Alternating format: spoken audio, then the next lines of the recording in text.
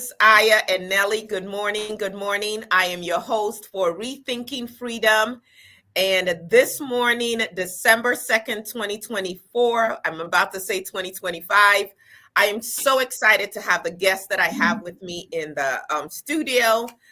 These are two amazing gentlemen who I feel are absolute blessings in my life. And I think after you hear from them, you're going to feel the same way as well. So be sure to follow them on all their social media platforms because you want to hear more from them. This is not just a show, it's a movement. This is a place where we're challenging one another to really think about what freedom means. And more importantly, I would say what we're going to do about it, what we're going to do to attain it. And so we cover a variety of topics, everything freedom, from politics to history to economics to how you're parenting to wellness, health, all of that. And so thank you for joining us and stay tuned because we have so much more to offer you. Today, our episode is on the new Scramble for Africa and why you should care.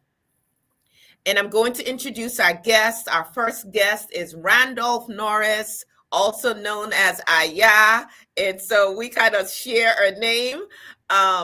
He's the father of 4 children and grandfather of 4, very blessed. He's a business owner, a real estate investor and developer, a contract trader of cryptocurrencies. So he's attaining that freedom in every way, right?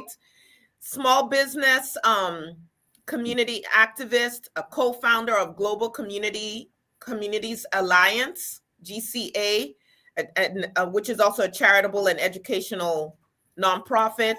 He's the major sponsor of Jael Pearl Foundation in Nigeria, whose mission is to empower the youth. So I'm going to be hooking up with you because we're doing quite a few things with youth in Nigeria as well, which happens to be my ancestral land, at least what it's called now. We'll talk more about that as we talk about the Scramble for Africa. He has a BS in management and marketing from Chicago State University, Chi-Town, and a Doctor of Divinity from the Institute of Divine Metaphysical Research. He's also FCC licensed, just a wealth of knowledge. He's an electrician by trade, trained by the Department of Labor at Burlington Northern Railroad, retired from that, and a host of other skills, too many to mention. But what I love most about this man is that he has a passion to empower Black people, especially our youth. Yes. So thank you so much for joining us this morning, Aya. Thank you for having me. And our next guest, I'm going to start off with a quote that just encapsulates who he is. He says, "Until the lions have their historians, tales of the hunt shall always glorify the hunter." Mm-hmm. I'm speaking of no one else but Adesoji Iginla. He is a seasoned content creator, thought leader, historian, and author of the Amazon bestseller,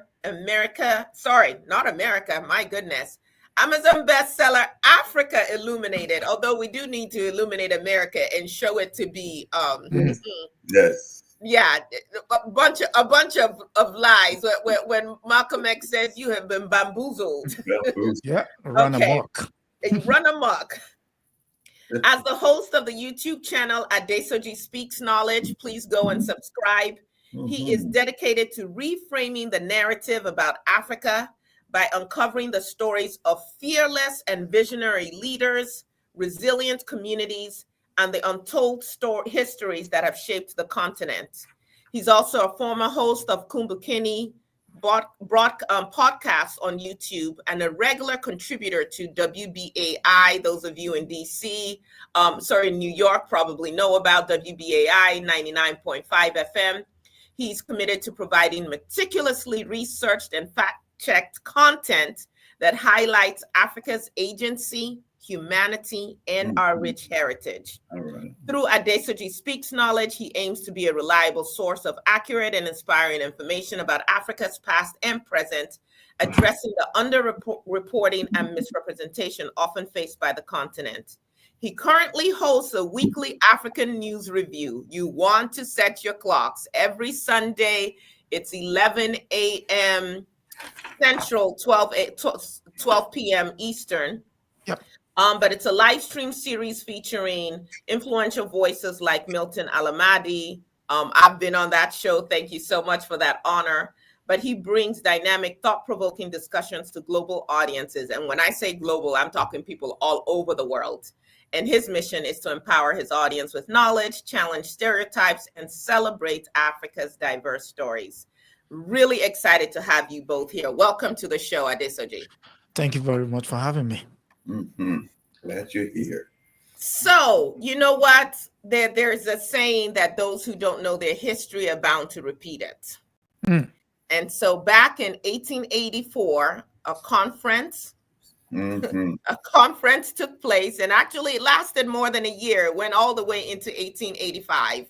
It was called the Berlin Conference. Started in Berlin, but ended up traveling to other European strongholds, European countries. And the whole goal of that conference was to cut up the continent of Africa. Yes. Who was not at the table were any Africans. Who was not at the table were anybody who had the concerns of African people, who cared about African people. It was basically like, hey, this is a continent that has everything we need to survive. And I'm talking about the Europeans here. And we don't want to fight amongst each other. So let's just sit here and carve it up. And if you've ever seen maybe a 5-year-old attempt to carve up a turkey, since we just had Thanksgiving, quote unquote, I call it a day of mourning here in the United States. Absolutely. If you ever seen them attempt to carve up a turkey, there's no rhyme or reason. They'll just slice wherever and maybe butcher the whole thing. And that's essentially what happened to Africa. But because I think we have not sufficiently studied it and understood what got us there, what has kept us in that place, brothers, it is 2024, 140 years later, and dare I say, there appears to be a new scramble for Africa. What's your take on it? I'm going to start with you, Adesoji. Okay. Yes, the Scramble for Africa, although on paper, the conference was 1884 to 1885, which was late December to early February 1885. What most people don't know is that the Scramble actually started before that, about 3 decades before that. So what the conference only did was bring people to the table to say, let's not fight over land. Let's not fight over this space. Let's understand that this person holds this person holds that, and then let's agree to proceed thereon. But it's also important to understand, how does that bring in everywhere else? Now, that is the second Mahafa, if we're to use that word. It's the transatlantic slave trade happened centuries before that.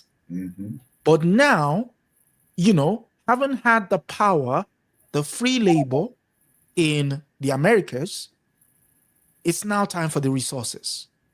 In order to get to the resources, we should ensure that we're not fighting over the resources. We should come, which is what the Berlin Conference afforded them the chance to do. Most of the attendees were reluctant to come in to the event in the first place. But the moment they realized, if I don't sit at the table, I'll be shortchanged, they all came to the table. And so in 2024 now, we're back at the same thing. Now it's the United States, the Western world, China, and Russia now saying, well, that continent still has the resources we need. And the people.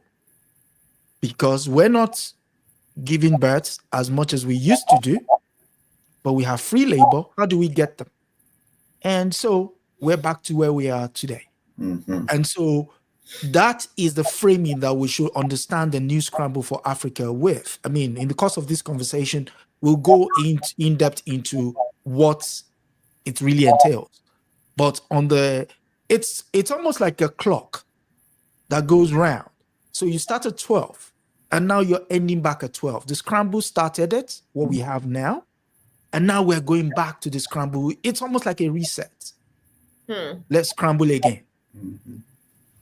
Brother Aya, how do you see this, particularly from the lens of someone who was born and raised in the United States of America? Because I think sometimes when we talk about these global issues and when we talk about the continent of Africa, and I'm obviously here in the United States of America as well. Brother Adesoji is actually in the United Kingdom. Okay. People are like, what does that have to do with me? What do I care if there's a scramble for Africa? Well, that has nothing to do with me. What's your take on this new scramble and why people here should even be concerned at all? Okay. Well, first of all, Africa was at the table in 1884. We were on the table. We were on the table. We were the diet. Let's get that very clear. And we're still the diet. Africa's current population of 1.5 billion people currently. They know by 2050, it'll be about 2.5. The current population of China now, which is 3 times smaller than Africa, was projected to be the population of Africa by 2050. And they want to use it once again, the land as resources and the people as free labor. Anytime a US dollar is 20 times more valuable than a Nigerian dinero, that's free labor. You know, they currently, many people in Lagos have to use generators for electricity after only 5 hours. So it's a big scramble for it. And me being here, it's just the same soup, just turned a little differently. Yep. It's the same soup. And the whole thing that we have to keep in mind, and why is it important, over the next 5 years, food is going to be critical. It's critical now. And the United States has depleted its value in the land of agriculture. We have, to the point, we've used the soil over and over and over again, and they have not replenish the soil with the minerals and everything that it needs. So even though you see all this beautiful food on the table, even in the UK, you see all the beautiful food on the table, it has very little nutritional value. And most of it is actually not being grown here anymore. But yeah, carry on. Yeah, absolutely. And where else is growing? It's not. And Africa has 65% of the world's unused land for agriculture.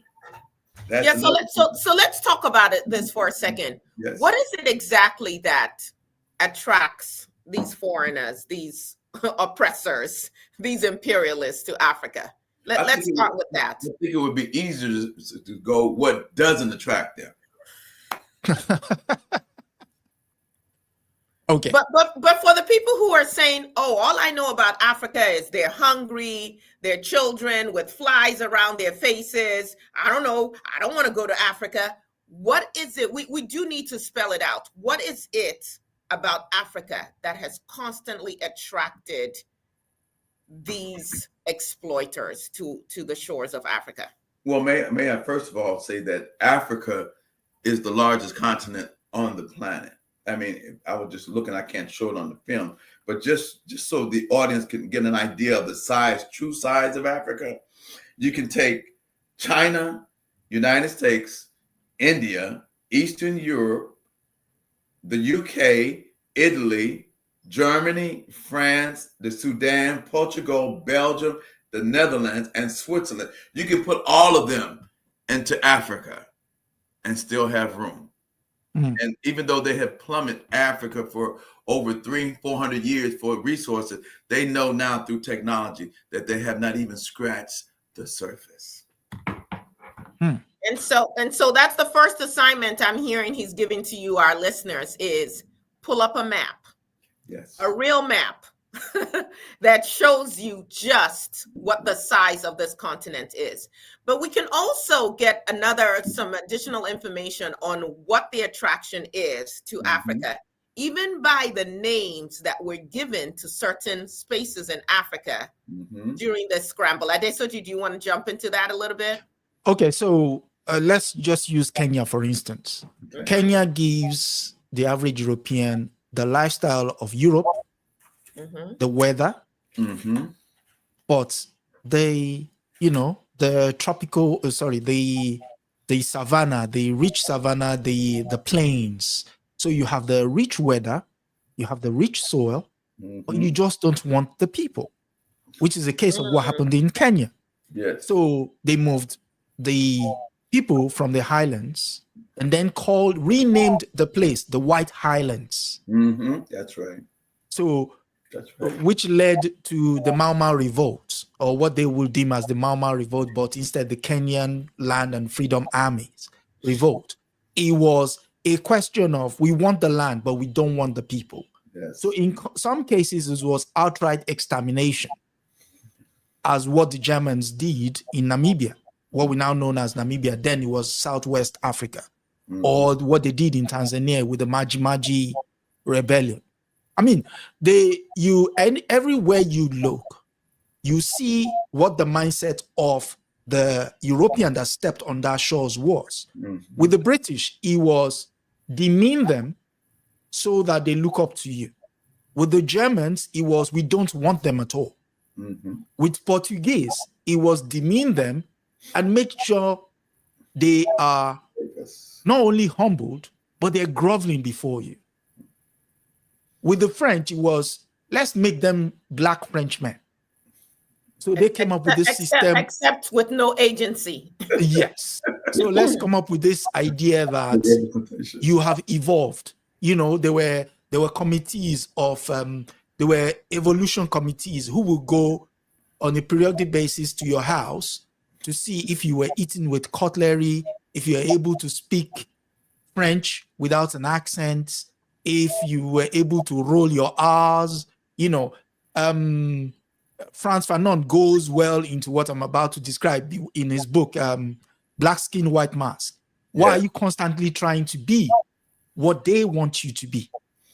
Because the moment you do that, you're not only useful to them, but you become useless to yourself. Yeah. I think Carter G. Woodson would say, once you control a person's mind, you control everything else about them. Exactly. And as you were telling that story, I was thinking about, my father is 86 now, and he went to a school that was run by missionaries, white missionaries. Oh, yeah. And one of the things we had to learn to do in my household, because, you want to be educated and be able to access, quote unquote, the corridors of power, is eat with that fork and knife. And so I can actually completely take all the flesh off a chicken bone without touching the bone, without picking it up, just with my fork and knife. That's how adept I have evolved to become. That's how evolved you've become. Yes. But going back to what is in Africa, we can look at some of the names like the Ivory Coast, which, by the way, is still called Ivory Coast. Yes. And why would it have been named that? Well, because availability of elephants. Yeah. And the ivory. Right. Ghana used to be called what? The Gold Coast. The Gold Coast. Yes. Yeah. Why? Because they could pull out a whole bunch of gold. And so everywhere on Africa, it was not this, as they would say, wasn't the white man's burden of, we are coming to civilize the uncivilized and give them God and so on and so forth. We always had God.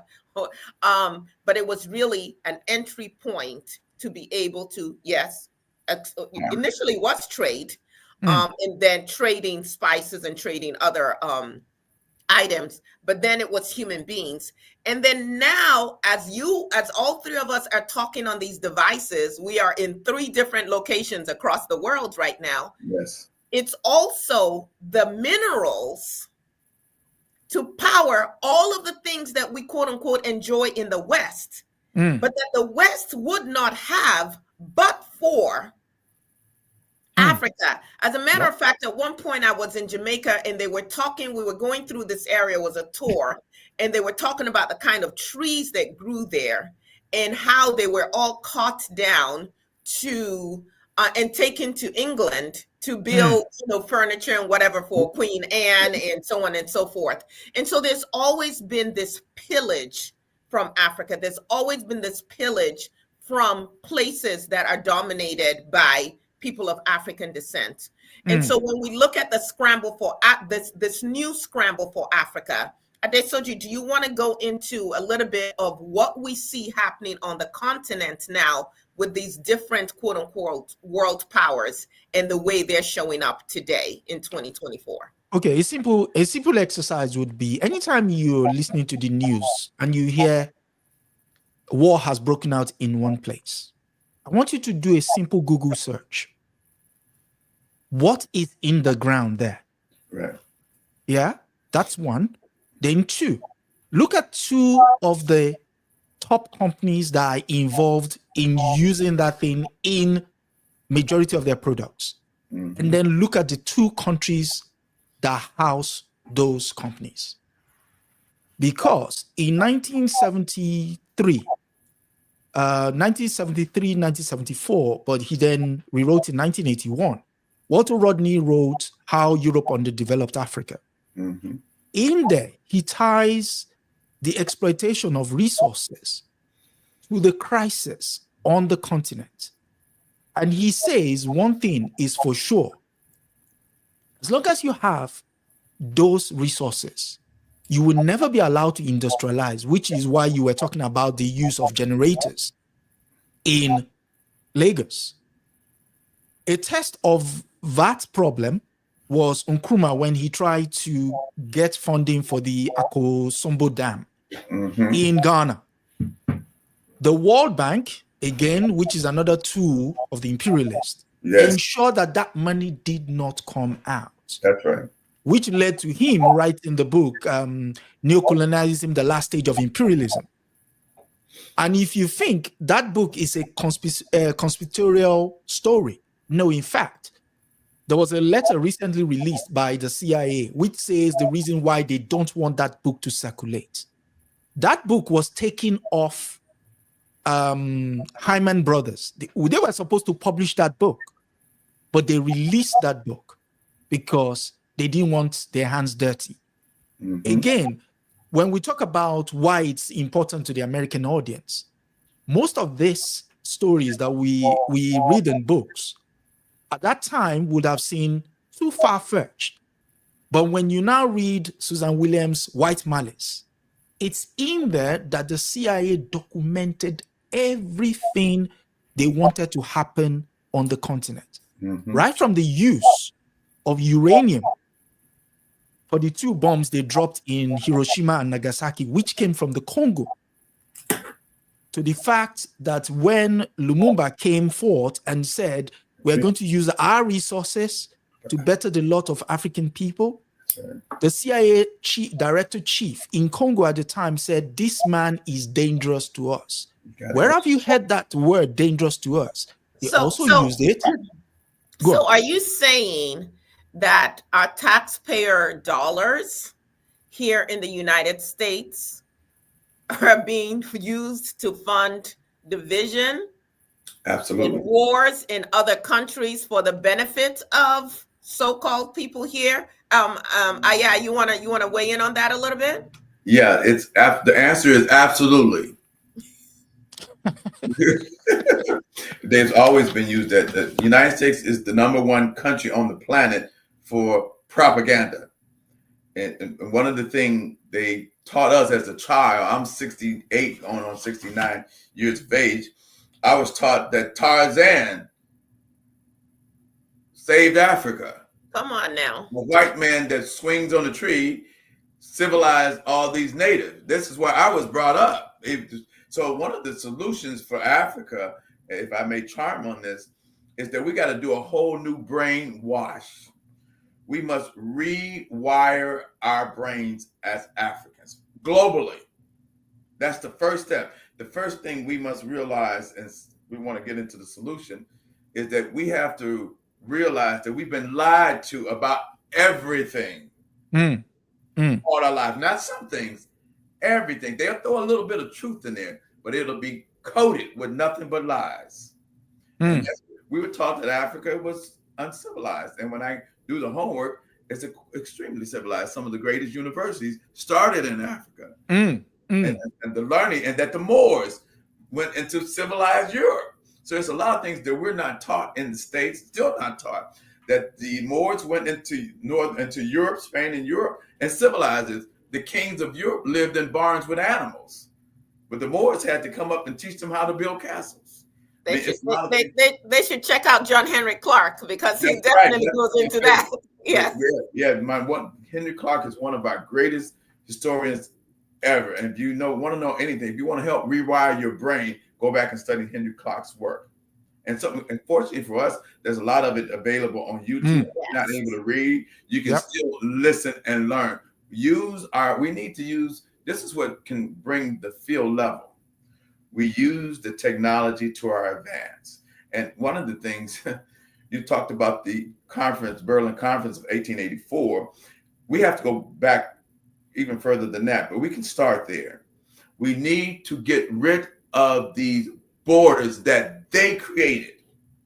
The Europeans created these borders that we have. You have two countries where they're the same tribe, bordering each other, but they same ethnic group. Yes. Yeah. So what we have to really redo is get rid. I think, what is her name? The ambassador, Dr. Arikana. We got to meet her here. Have you met her? I am going to try and get her on this show, because she is a wealth of knowledge, and I absolutely love her courage and her passion. Yes. Well, we have to unite is what we have to do. Yes. See, what the Europeans have done to us, it looks like a tragedy, which it is, but in the long divine sense of the thing, it's a blessing. Because now it's a wake-up call, because they scattered us all over the planet. UK, United States, Brazil. I mean, we're all over the place, right? So when we get rid of these borders, this is why they're scrambling for. They want to keep us divided, because they know we're going to get rid of these colonial borders. All we need is those 5 regions. Dr. Africana brought up the point. All you need is a north, south, east, west, and central Africa, and that is the lock. But then you have to see that we of the diaspora all over the planet, we're the key to unlock Africa's true power. I mean, I think of the United States alone. If just in the United States alone, we have enough intelligence, wisdom, and knowledge. If united, we can unlock Africa and free them from everybody's domination. And then they will be at the table as a negotiator and trader, as opposed to being on the table as the food. But that's what we must continue to dialogue, but more than dialogue, we have to act. I made a promise to myself and several others in our generation. I'm the baby boomer generations, and we made a commitment that we're not leaving the planet until we change the trajectory. We must change the trajectory of our people, because when my generation is gone, if we haven't changed the trajectory, all hell will break loose, and it will be a perpetual sense of slavery for hundreds of years to come. Wow. Interesting. So I do want us to, if you all want to just jump in, let's talk really quickly, because again, I'm going to this foundational level because there are people who truly don't know what resources are coming from Africa and how those resources have powered the rest of the world. Well, can I tell you that? We can talk about rubber, right? Yeah. Uranium. Actually, 30% of the uranium that's used to power France comes from just one country, Niger. That's right. Right? We can talk about the tea, the cocoa, all of you who love chocolate, where that comes from. We can talk about oil. We can talk about, go on. What other things? Gold. 30% of the world's cobalt, which is for the phones and everything, comes from Africa. 30% of the world's gold, diamonds, iron comes from Africa. Wasn't the largest diamond just on Earth? Yes. Yeah. That's true in Botswana. And we don't own it. Apparently, it's going to be you don't own it. Yes, exactly. South Africa got freed from a political standpoint, but when it comes down to the economics, the Europeans still run South Africa. That's yes, right. In most of these countries, there's anywhere that's going on is that the blacks appear to be in control, but underneath the surface, they're not controlling anything. Yeah, I think the British will call that indirect rule. How about you, Adesoji? I know you wanted to chime in. Okay, so what I wanted to say is, when I was talking about how Europe underdeveloped Africa, Walter Rodney, he said, be mindful that the wars that will be fought will not be wars of ideology. It will be wars of profit. That's right. The wars you currently have on the continent right now are wars of access to make profit. That's right. So when Sister Aya is asking what comes from the continent that drives the world economy, it's not just what comes, but it's at what cost. So that because you cannot just take without, okay, so let's start with rubber. Rubber was the first one. Rubber was, farmed extensively in the Congo. And we all know the story of what happened in the Congo. No, we don't. Most people don't know the story. Give a 30-second version of what happened in the Congo. What happened? So in the Congo, in order for King Leopold to get his rubber, and which made him a very rich man, and we all know rubber is the source of tires that turns the world's wheel. To get that, people were put on quotas, and if they did not meet those quotas, they had their left hand chopped off first, and the right hand thereafter. Now, the worst thing about you can Google this. You can absolutely go. I mean, there's a book. There's a book titled. There's a book titled Leopold's Ghost by Adam Hochschild. You can read it. It's all in there. Now, as if that is not bad enough, there is a Belgian chocolate. You could Google it right now. You will see the chocolate hand. And it is one of the largest money spinners for Belgian chocolate in the world. Their hand, you will say brown hands, chocolate. So that's one. In terms of oil is another thing that comes out of the ground. Sister Aya is from a neighborhood in Nigeria that produces much of it. Oil has been discovered in Nigeria since the 1950s. The byproduct of that oil exploration is gas. Nigeria has not found a way of capturing that gas in commercial sense. So what does Nigeria do? Nigeria flares that gas. When you flare that gas, what you happen is you create a long-term environmental effect, acid rain, and what have you. So most of those areas are inhospitable for human beings. Yes. Wow. So you have long-standing communities. It has changed the ecosystem there. Animals are completely extinct in those areas. The fishing, the area that I come from, the fishing is almost non-existent compared to when I was a child. And yes, at night you can look out on the water and you can see just this perpetual flame. Yes. It's just burning 24/7 of natural gas. Yes. So the worst part of that is not just the impact on the environment, it's the fact that that gas that's going into the air, into the atmosphere, is lost revenue. There was a conservative estimate done of how much Nigeria loses every year through that gas flaring, about $5 billion. That's $5 billion that could have gone into Nigeria's economy, whatever. Meanwhile, all of these countries with all these resources are considered poor, are saddled under great debt from the IMF and from the World Bank, are quote unquote dependent on aid, but actually what gets extracted from those countries is multiple times more than, in fact, what they get is a mere fraction. And so something that you said, Aya, earlier about we need a whole, as you put it, brainwash. And as you were talking about Northeast, Southwest, and Central Africa, and then all of us Africans in the diaspora being the key. Yes. Something that came up as you were talking about that is that we do need to be careful, though, because until we change our mindset and have a better understanding of who we are and the treasure within our culture and our heritage, there is still that chance that we will see that being in America or being closer to whiteness, this proximity to power, to whiteness, somehow makes us a superior kind of African. And so we are going to go to Africa and be the Black savior as opposed to the white savior. Well, the thing about that. Hold on. And one of the reasons I say that is I am seeing more and more of my African brothers and sisters who were born outside of the continent who are saying, I want to repatriate, I want to move back to Africa, I want to move to Africa. But what they're doing, in my humble estimation, is a form of gentrification that we see in the US and we don't like.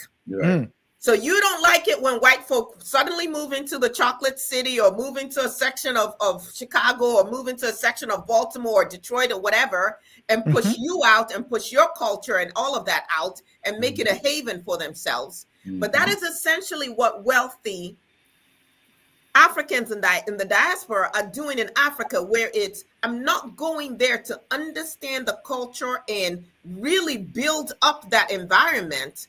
I am going there to find an easier place to lay my head down. And I also I basically want to take my comforts from the West over there and keep you heathens out. And that's how we ended up with Liberia, Sierra Leone to a certain extent as well. Absolutely. And so as we talk about this scramble for Africa, we can talk about China, and I hope we can get into that, and how they're maneuvering differently from France, different from the US, different from even Turkey and Russia. But there's another player in the scramble for Africa, and I would say that would be Africans in the diaspora. Yes. But are we, and that term scramble just makes my skin crawl, are we going to rebuild? Or are we going to just get a piece for ourselves? Well, that's when it comes down to the African culture. It's a unity. We have to focus on unity. Look, Matrice said, Africa for Africans. I'm in the diaspora. I have no intentions on taking in Africa for myself. My concern is the youth of Africa taking over Africa completely. Yes.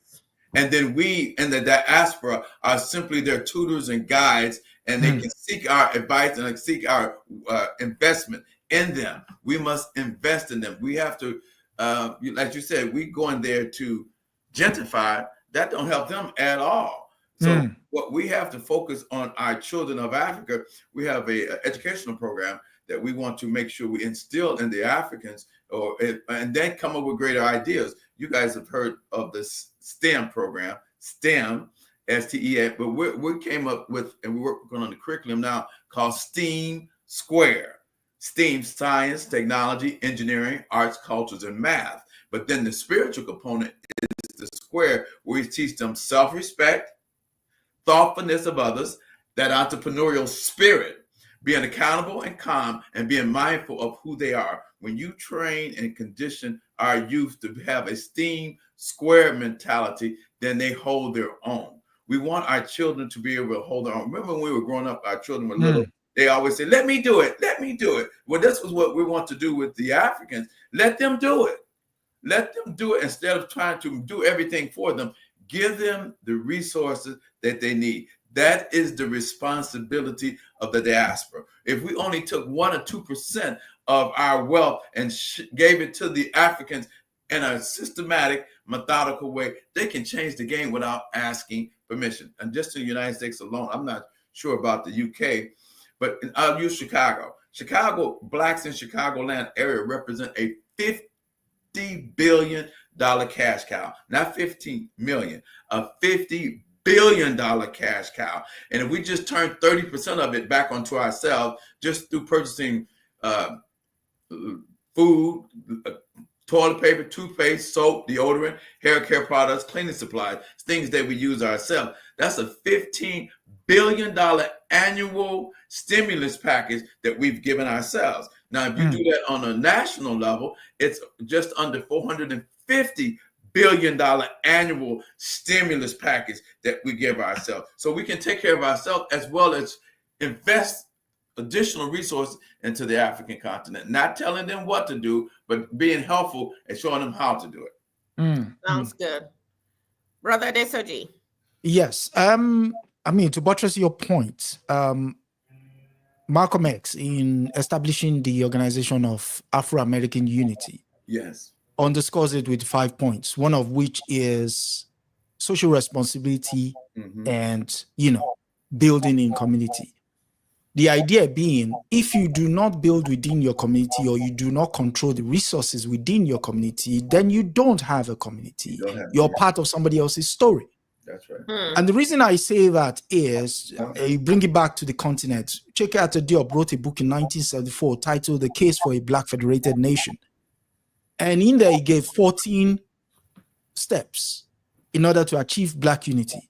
The first being what you just said, Brother Aya, which is, if you do not have a historical idea of your conscious unity, you can't even start on that road. That's right. So what do I mean by that? You have to study the people around you, the people who have gone. Yes, the elders did it in their times. But what is it about their times that you can borrow now, try now? One is the issue of capturing stories. And when I mean, I don't mean, 3 minutes TikTok videos and everything. Capturing essential stories about your existence, your being. That's right. Be honest enough to sit with the stories, what's and all. You're not going to find the perfect Hollywood drama. Our leaders come with flaws. They have their own flaws. So, but you have to be able to look past some of those flaws in order to embrace what it is they're telling you. A case in point is, what's his name? W.B. Du Bois. He wrote a book actually titled The World and Africa. It's a brilliant book. He told us in not so many words that, listen, these people are out to shape your mind and to tell you, based on what we think is your quote unquote evolution, you've now become an intellectual. But look beyond that. Create schools for your kids. Teach them according to the value system that you hold to be true. That's right. And if we don't do that, maybe in the United States or on the continent, in which case, on the continent, the educational curriculum is still a colonial. Definitely it's part of the colonial. Yeah. So we first and foremost, we need to capture that.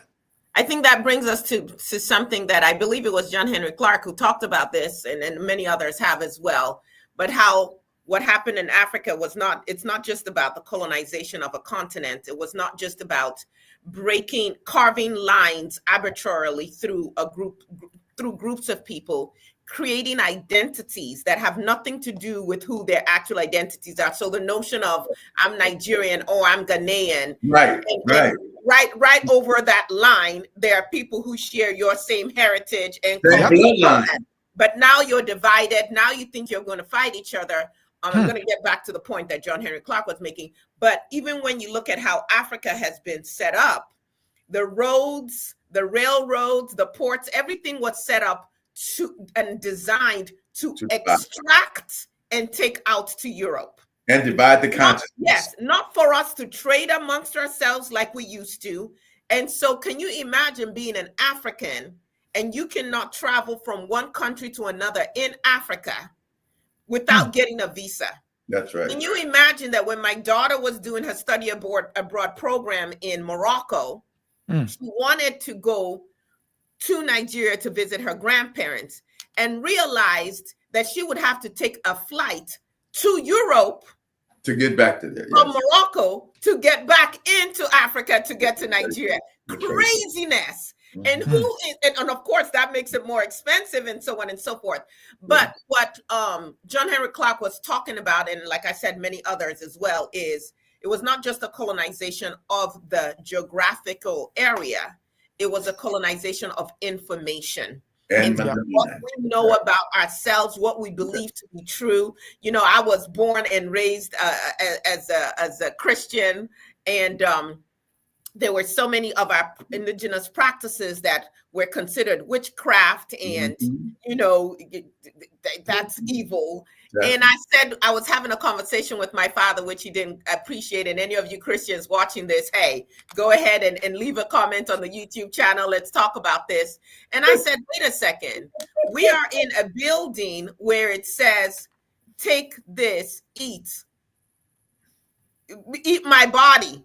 Drink this, drink my blood in memory of. I'm like, wait a second. If I did an African ritual and I said, eat this like you're eating somebody's body, or drink this like you're drinking somebody's blood, you guys will throw your hands up and pour holy water on me. But somehow when it's done in the church, when it's done under the auspices of our great white savior, you all of a sudden don't think anything of any of that. You can have a crucifix that you wear around your neck, and that's not an idol. You can have a picture of a fake man that you're saying is Jesus and worship as Jesus, and that's not an idol. But if I have a shrine at home, I must be an evil worshiper. So there's so many ways that we have been indoctrinated that are not helping us. But can we go into just briefly, before we talk more about solutions and what the listeners can do, what is it that you see these other countries doing in Africa now? How are they positioning themselves to get a better, you know, to better access our resources? What are you seeing happening, and how are Africans pushing back? Adesoji, I'm going to start with you real quick, and then Aya. Okay, so like 1 minute. Give us a we quick have to. Okay, so we have to understand how each of these countries go in. Now, in the case of Portugal, Portugal doesn't really have a say anymore. So technically, its colonies are free for anyone that wants to, you know, move through. With regards to the English, it's the British, it's more or less, they've been pulled into the Commonwealth. The Commonwealth still acts as the funnel in order to get in there. For China, China is, I will go to you. I'm not going to tell you how you run your government. All I'm asking is, I want this stuff. How much do you want for it? Or what do you want for it? No judgment. With the United States, is you've got to democratize.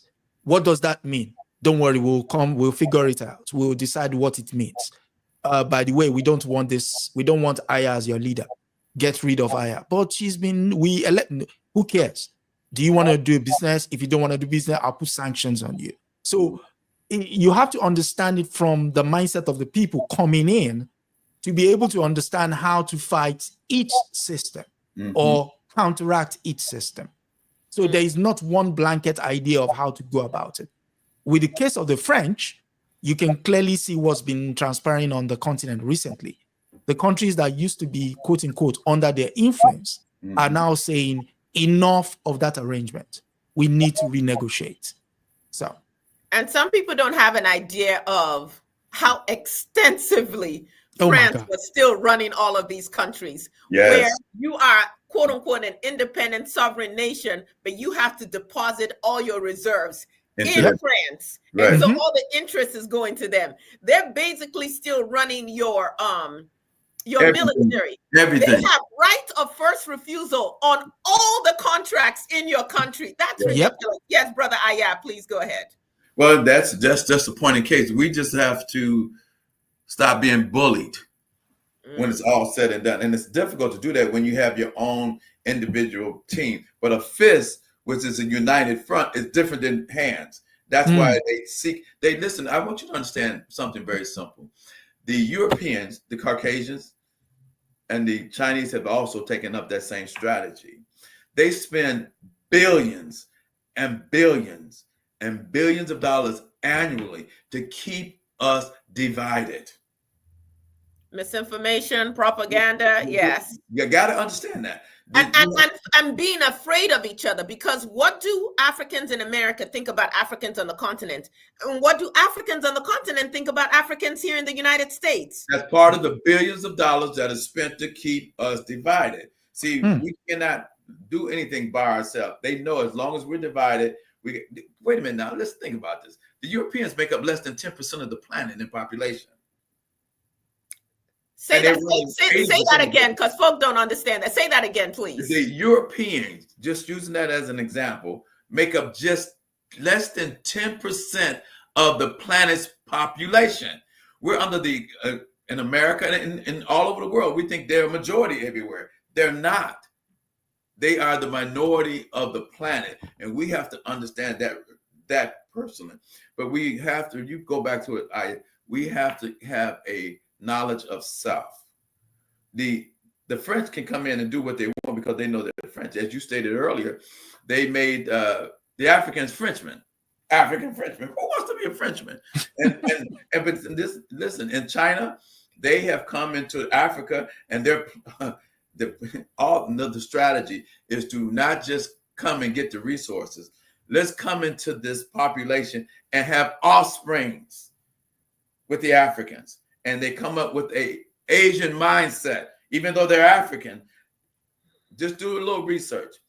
The Europeans, the Chinese, Indians, they're now coming to Africa not just to export the resources, but they're coming in there to create a new population. If the historian, you know, how do you take over a place? You make mulattoes. You're not African or you're not Asian, you're mulatto, you mix. And this is the this is the history of the colonizers globally. They come in and make a mulatto group. That's the buffer between the one and the other. And then over time, they're the ones that set policies.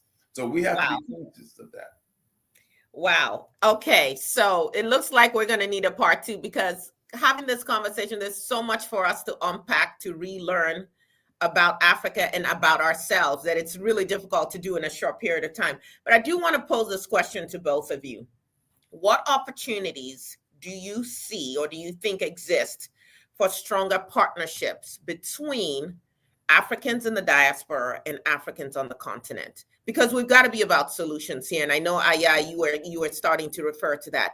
But what are some practical things for someone who's listening and saying, you know what, I want to do something. Where do I start? I know Adesoji, you say start by reading, get some knowledge. Right.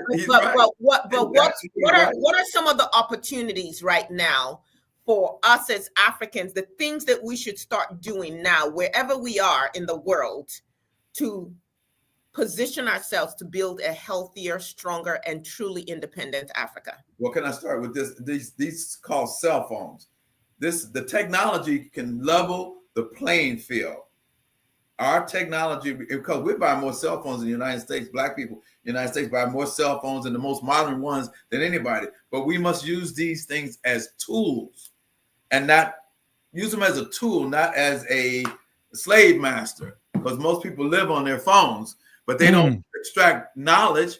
They extract social media. So that is the beginning that we can start using these as tools. WhatsApp is a perfect example, but we also need to create our own apps that we can communicate with each other so that we can get, so let me show it this way. We must re-educate ourselves. Dr. Akbar is one of the best books you can buy. It's called Know Thyself. And he brings out, my son and I, my son is a chemical engineer and patent attorney, and we looked for years for the best definition of education. Dr. Akbar gave the best definition ever of education. He said, education means to control resources. So, okay, what do you mean? Control resources. The most important resource is our mind, our emotions, and our body. Those are God-given. Then we must, once we get to the age about 17 or 18, once you get a grasp, because that's a continuous learning, then you must look outwardly. You must control land, labor, and capital. That is the purpose of education. If you have not been educated to control land, labor, and capital, you've been trained to be a high-class slave. Wow. Okay. There's so many ways I want to go with that, because part of that control thing is also this Western mindset of dominating. And so we gotta parse that, for me anyway, with who we are as African people. When I say control your mind, where someone else is not a puppet master for you. Control your emotions and control your bodies, because Africa can become free by changing their diet. We must use our health to control our wealth. Our health is more important than any other commodity on the planet. You're absolutely right about that. And being in my 50s now, I'm now recognizing it in a way that I didn't before. But African men die at a very early age By compared design. By to design. men around the world. How about you, Brother Adesoji? What are some things that we need to be Yeah, doing so as we wind up here? practical solutions would buy into what Brother Aya said. Schools. There are schools in Africa that would not take, in some cases, would not take £10,000 or $10,000 to run in a year. Those schools, kids pass through them. Give them 3 meals a day, give them the books, find teachers who have the joy and the love of teaching. That's right. Put them through, have a simple garden around the school. Feed them. Let them grow their own food. That's right. And if you do that over a decade, the amount of kids that will come out of that school with that knowledge and foundation, you're on the path to something else. Now, imagine if you extrapolate that and do that 1,000 times over. That's right. Yeah. So I'm going to share some information of some work I'm doing in Nigeria. But while I'm sharing this, I want you all to think about your response to this. How do you define freedom? So think about that while I just share this. For our listeners, I believe tomorrow is Tuesday, Giving Tuesday here in the United States of America. I'm actually involved in an initiative in an area of Nigeria called Opobo. Some of you, if you research, may find King Jaja of Opobo. He was a man who was ultimately deported and poisoned and killed, we believe, because he had the nerve to stand up to Britain and to fight for our own sovereignty. Although there was a time when he was not that clear and actually worked with Britain to fight against the Ashantis. But anyway, in this community, we established a library 2 years ago. And earlier this year, we started to partner with with a school that serves pre-K through 5th grade in the community as well, over 200 children. And our fundraising goal at this time is a mere $6,000. That is something that some people are going to go buy a PS5. I don't even know how much those things cost. You're going to buy Jordans. And I'm not saying that our children, if that's your thing, that they don't deserve this. We're going to go get cell phones for $1,000. But literally, we raised that $6,000, and it allows us to make the repairs in the school. It allows us to pay salaries for the teachers for a 6-month period. Really? $6,000, yes. So we're going to put it in the comment section, the Cash App and the PayPal. We can give you an address if you request it, where you can send a donation, and we'll greatly appreciate that. But let me get back to our guest here. We're talking about rethinking freedom. How would you define freedom, Brother Aya? It brings me to mind immediately to a scripture that was given to Moses, supposedly at the burning bush. And we all familiar with the statement, I am that I am. And that was a mistranslation and a control of information. Actually, what he told Moses was, this is the creator told him Moses, Aya, Asher, Aya. And it's properly translated into English, I will be what I will to be. That is the mindset that we must put on our children and ourselves for freedom. I will be what I will to be. That's a whole different mindset that we must put on ourselves and our children. Not I am that I am. I'm a black man in America. That's I am that I am. But I will be what I will to be. I can be the sun, moon, and stars and everything else. I can be the engineer. I can be the chief. I can be whatever I will to be. That's a whole different mental construct. Woo! That is powerful. How about you, Brother Adesoji? How would you define freedom? Okay, so I'll use the word 30-second version. I'll use the words of MLK. He says freedom is knowing that your oppressor will never voluntarily give you freedom to the oppressed. That's right. The freedom to know that. The moment you know that is the case, you will take your own freedom, because there's no use talking to anyone about your freedom. And you know what, John Henry Clark, again, I keep evoking him. I actually had a chance to work for him right after law school. I moved to New York City. Yes. And I just wanted to sit at the feet of this man. And so when we have these kind of conversations, I'm constantly thinking about that man's discipline. But what he also said was freedom is not given, it's taken. If you got to sit around and wait for someone to negotiate, and I think that's part of the issue with the independence of Africa is that we sat around waiting to negotiate for our freedom to be given to us. We really needed to take it, and it's time to take it back again now. So I want to thank all of our listeners. This was just the beginning. Follow these men on their social media handles. It will be in our comment section as well. Certainly like and subscribe to the show. Hit that notification button and definitely share it. We are trying to reach 1,000 subscribers by the end of this year, and we know we can do it. And please support us in everything that we're doing. And thank you so much for listening to Rethinking Freedom.